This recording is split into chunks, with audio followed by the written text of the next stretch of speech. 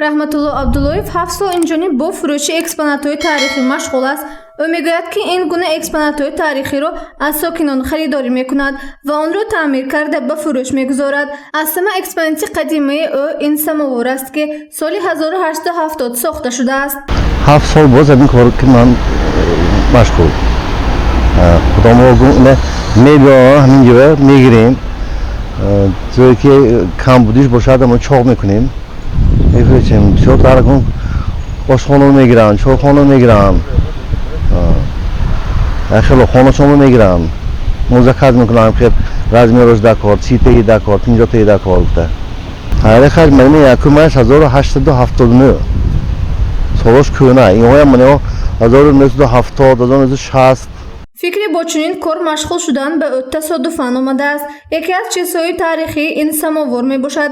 مردم قدیمی چای را در سماور آماده می کردند. آن نسبت به زمانی حاضر بهتر است. آن نیز تا حال با سماور چای آماده می کند. حالا مردم سماور را برای تحفه یا که برای خانه می خرند. اینچنین بسیاری آشخانه ها و طربخانه ها اساساً خریداری می کنند.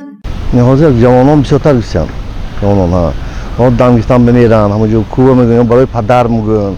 خانه چوکی دادم به در ما جوش میبود که بتونیم سالدانه میکنیم یا رفته این کارمون کده تیار میکنیم این چیزه جوش بیاد که یک هفته دو بار میفروشیم سماوره.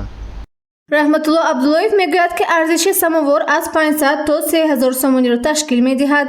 به غیر سماور اینچنین طبقچه‌های کهنه، انگشترین و تنگه های قدیمی را نیز به فروش گذاشته است. توجه سیاحان به چنین اکسپونات‌های تاریخی خیلی زیاد است، اما پاندمی به تجارت آن نیز ضرر رسانیده است، زیرا سال گذشته از سبب پاندمی کرونا ویروس سیاحان به کشور وارد شدن نتوانستند.